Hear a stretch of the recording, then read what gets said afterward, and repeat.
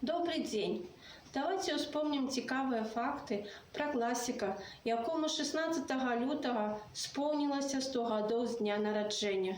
Іван Науменка – яркі самабытны талент, чалавек з багатай біяграфіяй, звыш 40 гадоў аддаў пісьменнік роднай літаратуры.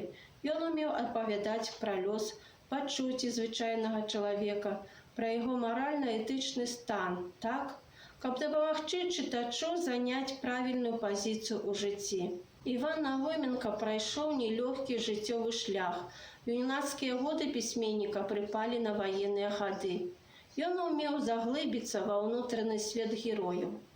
У 1090-е гады у тэтралогіі, якую склалі аповесці «Дзяцінства», «Падлетак», «Юнацтва» і «Любы горад», празаік вярнуўся ў гады маленства і юнацтва, каб напісаць мастацкую біяграфію свайго амаль вынішчанага пакалення.